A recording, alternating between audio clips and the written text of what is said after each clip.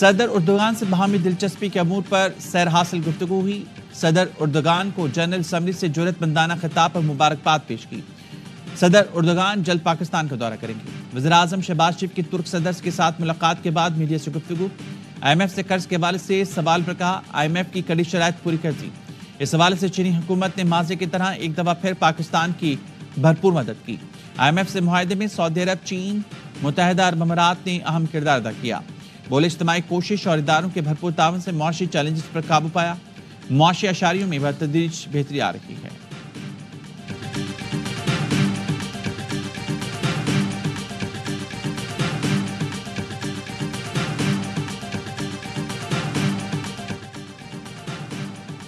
موسمیاتی تبدیلی کی وجہ سے ترقی پذیر ممالک کو بہت سے مسائل کا سامنا ہے۔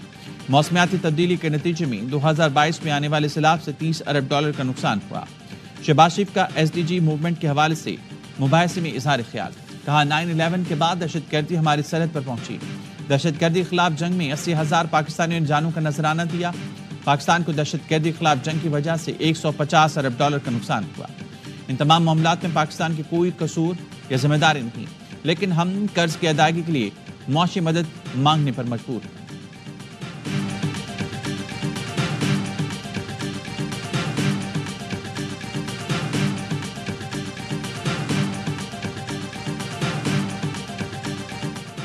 وزیراعظم شہباز شریف کی مالدیپ کے صدر سے ملاقات، مختلف شعبوں میں تعاون بڑھانے کے لیے عزم کا اعادہ، تجارت، سیاحت، تعلیم، سرمایہ کاری اور موسمیاتی تبدیلی میں تعاون بڑھانے کا عزم۔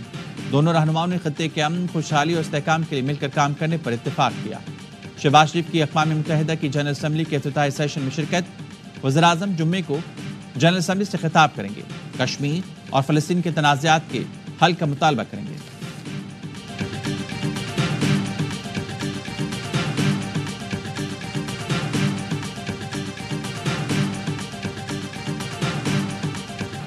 فلسطین میں 2 ریاستی حل سے ہی امن ہوگا۔ فلسطینیوں کو اپنی ریاست میں رہنے کا حق ملنا چاہیے۔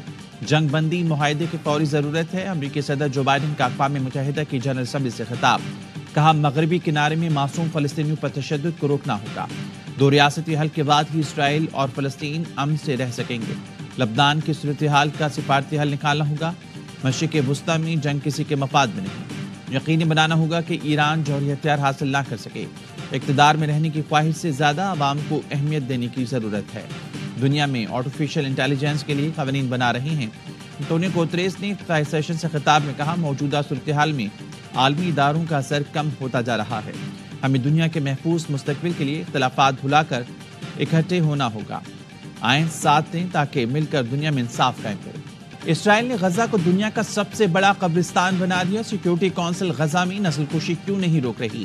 کس چیز کا انتظار ہے؟ فلسطین کی صورتحال عالمی برادری کے منہ پر تماچا ہے۔ اسرائیل کی حمایت کرنے والے فلسطینیوں کی نسل کشی میں حصے دار ہیں۔ ترک صدر طیب اردوغان کا جنرل اسمبلی سے دبنگ خطاب، کہا جیسے ہٹلر کو روکا گیا ایسے اسرائیل کو بھی روکنا چاہیے۔ اقوام متحدہ اپنی بنیادی مقاصد میں ناکام ہے۔ اسرائیل فلسطینیوں کی نسل کشی کر کے زمین پر قبضہ کر رہا ہے۔ فلسطینیوں کا حق ہے کہ اپنی زمین پر قبضے کے خلاف مزاحمت کریں۔ اسرائیل کس قانون کی پرواہ کیے بغیر قتل عام کر رہا ہے؟ امیر قطر شیخ تمیم نے خطاب میں اسرائیلی جہریت کی مذمت کر دی، کہا فلسطین کاز کو پس پشت نہیں ڈالا جا سکتا۔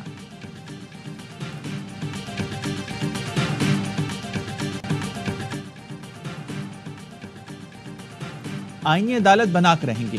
آئینی عدالت ضروری ہے اور مجبوری ہے۔ بلاول بھٹو زرداری کا 2 ٹوک اعلان۔ کراچی میں سندھ ہائی کورٹ بار ایسوسی ایشن سے خطاب میں کہا، آئینی عدالت اس لیے ضروری ہے تاکہ آئندہ کسی وزیراعظم کو تختدار پر نہ لٹکایا جا سکے۔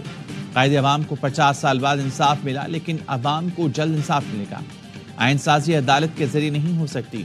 آپ شہباز شریف یا کسی کی نیت پر شک کرتے ہو تو کرو، میری نیت پر شک مت کریں۔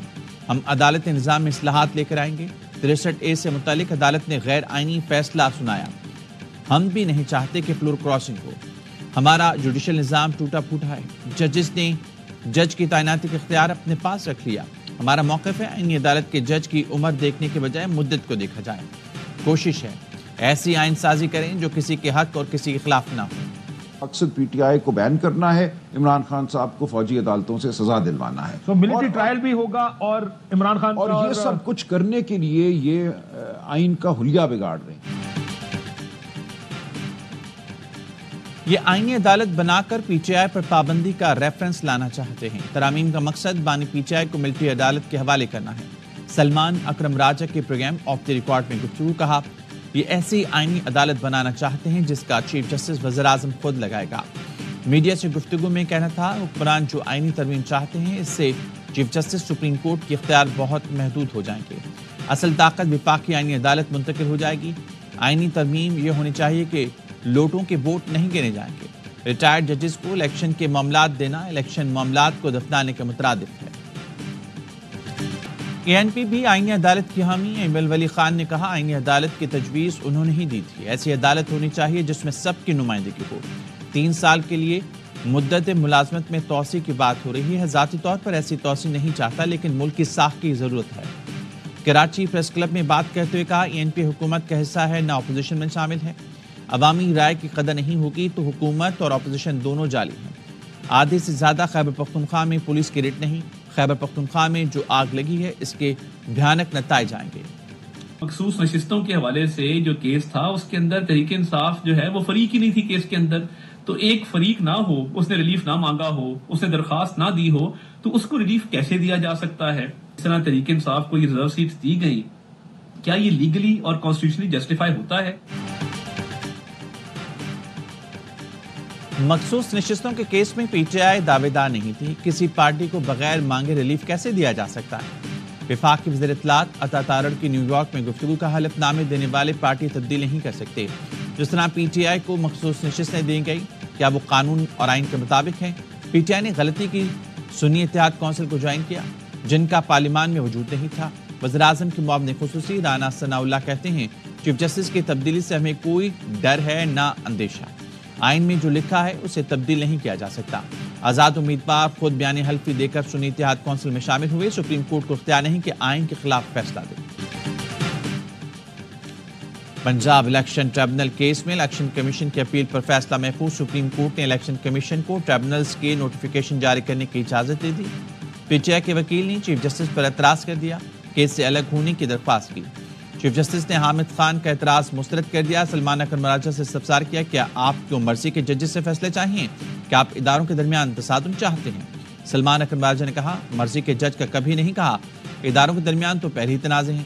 چیف جسٹس بولے، آئین کو پڑھنے کی جسارت کوئی نہیں کرتا، آئین میں واضح ہے ٹریبونل تشکیل دینا الیکشن کمیشن کا اختیار ہے۔ جسٹس جمال مندوخیل نے کہا، الیکشن کمیشن کے اختیار چیف جسٹس کے ساتھ مشاورت سے مشروط ہے۔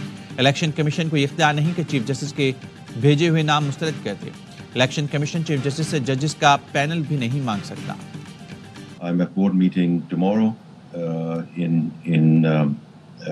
the US. We are very hopeful that the board will approve the 37-month $7 billion program under which we are very committed to do structural reforms. امید ہے آج آئی ایم ایف سے 37 ماہ کا $7 ارب کا پروگرام مل جائے گا۔ وزیر خزانہ محمد اورنگزیب کا سی پیک سیمینار سے ویڈیو لنک خطاب کا، حکومتی اقدامات سے مہنگائی کی شرح میں کمی آ رہی ہے۔ سی پیک فیز 1 انفراسٹرکچر کی تیاری پر مشتمل تھا۔ سی پیک فیز 2 کا آغاز ہونے جا رہا ہے۔ معاشی استحکام کے لیے مضبوط بنیاد قائم ہو گئی، سرمایہ کاروں کے اعتماد میں اضافہ ہوا ہے۔ پاک فوج دشمنوں کے تمام عزائم ناکام بنا دی گئی۔ Army chief general Asim Munir کی جنوبی وزیرستان کے ضلع وانا میں افسروں اور جوانوں سے گفتگو۔ آرمی چیف نے جوانوں سے ملاقات میں آپریشنل تیاریوں اور بلند حوصلے کی تعریف کی۔ آرمی چیف کا فورسز اور قانون نافذ کرنے والے اداروں کی قربانیوں کو خراج تحسین، دشمن قوتوں اور ان کے سہولت کاروں کے مذموم عزائم ناکام بنانے کے عزم کا اعادہ۔ کہا، خیبر پختونخوا پولیس کی استعداد کار بڑھانے کے لیے تکنیکی مدد فراہم کرتے رہیں گے۔ آرمی چیف کو سیکیورٹی صورتحال، انسداد دہشت گردی آپریشنز، علاقے میں ترقیاتی اقدامات سے متعلق بریفنگ دی گئی۔ آرمی چیف کی مختلف ترقیاتی منصوبوں کو آگے بڑھانے میں عوام کے کردار کی تعریف، دہشت گردی کے خلاف قبائلی عمائدین کی غیر متزلزل حمایت کا شکریہ ادا کیا۔ آرمی چیف نے یادگار شہداء پر پھول رکھے اور شہداء کو خراج عقیدت پیش کیا۔ پاکستان میں افغانستان سے دہشت گردی پر تشویش ہے۔ بائیڈن نے افغان جنگ کے خاتمے کے بعد انسداد دہشت گردی صلاحیت برقرار رکھنے کو ترجیح دی۔ امریکی نیشنل سیکیورٹی کونسل کے ترجمان جان کربی کے پریس کانفرنس۔ جان کربی سے بھارتی ایجنٹس کے امریکہ میں سکھ رہنما کی قاتلانہ سازش پر سوال۔ جان کربی نے کہا دوستی کے باوجود بھارت کے ساتھ ہمیشہ اپنے خدشات کا اظہار کیا۔ وفاقی حکومت نے اب تک بانی پی ٹی آئی کے ملٹری ٹرائل کا فیصلہ نہیں کیا۔ بانی پی ٹی آئی کا ملٹری ٹرائل کرنا ہوا تو قانونی طریقہ کار اپنایا جائے گا۔ ایڈیشنل اٹارنی جنرل اسلام آباد ہائی کورٹ کو آگاہ کر دیا۔ عدالت نے بانی پی ٹی آئی کی ممکنہ ملٹری ٹرائل کے خلاف درخواست نمٹا دی۔ ایڈیشنل اٹارنی جنرل نے عدالت میں موقف اپنایا۔ ملٹری ٹرائل کرنا ہوا تو پہلے سول مجسٹریٹ کے پاس درخواست جائے گی۔ رول 549 کے تحت پروسیجر کو فالو کیا جائے گا۔ مخصوص نشستوں سے متعلق الیکشن کمیشن کا چھٹا مشاورتی اجلاس بھی بے نتیجہ ختم۔ الیکشن کمیشن کا مزید مشاورت جاری رکھنے کا فیصلہ، اجلاس آج پھر ہونے کا امکان۔ الیکشن کمیشن کی قانونی ٹیم کی مزید رہنمائی کے لیے سپریم کورٹ سے رجوع کی تجویز۔ رائے کے مطابق لا ونگ نے بریفنگ میں بتایا مخصوص نشستوں کی فہرست جمع نہ کرانے پر پی ٹی آئی اہل نہیں۔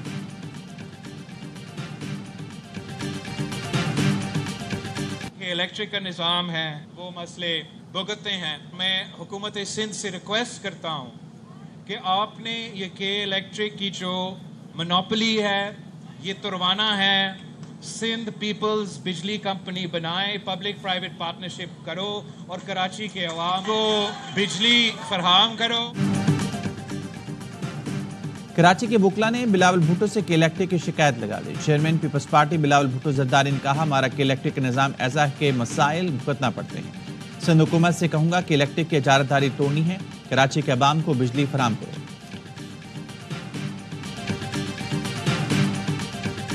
جماعت اسلامی کے اعتبار سے ملکی احتجاج اور دھرنوں کا اعلان۔ حافظ نعیم الرحمان کہتے ہیں 45 دن پورے ہو گئے، 29 ستمبر کو ملک بھر کی شاہراہوں پر دھرنا دیں گے۔ پہیہ جام ہڑتال کا اعلان کر سکتے ہیں، ملین مارچ کرنے کا آپشن بھی موجود ہے۔ احتجاج لانگ مارچ میں تبدیل ہو کر اسلام آباد بھی جا سکتا ہے۔ 7 اکتوبر کے بعد حق تو عوام تحریک کو مزاحمتی تحریک میں تبدیل کریں گے۔ حکومت آئی پی پیز کو لگام دے ورنہ ہم بجلی کے بل ادا نہیں کریں گے۔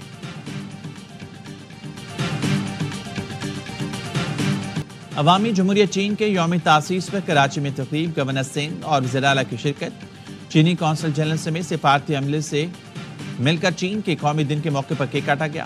کامران ٹسوری نے کہا مل کر جشن منانا دو طرفہ پائیدار تعلقات کا واضح ثبوت ہے، چین کی جدید ٹیکنالوجی سے استفادے کے خواہش مند ہیں۔ وزیر اعلیٰ مراد علی شاہ کی چینی حکومت اور عوام کو قومی دن میں مبارکباد، کہا صدر زرداری کے اکتوبر میں دورہ چین سے تعلقات کو مزید آگے بڑھانے میں مدد ملے گی۔ سی پیک نے پاک چین تعلقات کی مضبوطی میں اہم کردار ادا کیا۔ وزیراعظم کے حالیہ دورہ چین میں کئی معاہدوں پر دستخط سے تعلقات کو نئی توانائی ملے گی۔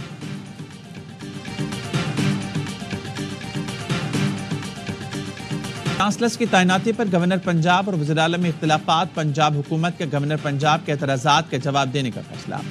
ذرائع پنجاب حکومت کہنا ناموں کی سمری بھیجنے کا اعتراض بے معنی ہے۔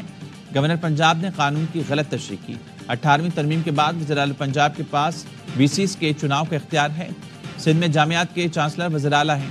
سندھ کے طرز پر پنجاب کو عمل پیرا ہونے پر مجبور نہ کیا جائے۔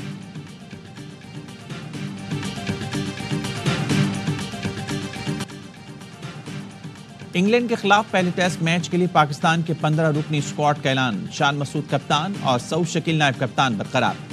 قومی ٹیسٹ اسکواڈ میں نعمان علی اور عامر جمال کی شمولیت، بابر اعظم، عامر جمال، عبداللہ شفیق، ابرار احمد ٹیسٹ اسکواڈ میں شامل۔ رضوان، نسیم شاہ، سائم ایوب، سرفراز احمد، شاہین آفریدی اور دیگر کھلاڑی اسکواڈ کا حصہ۔ پاکستان انگلینڈ کا پہلا ٹیسٹ ملتان میں 7 سے 11 اکتوبر کو کھیلا جائے گا۔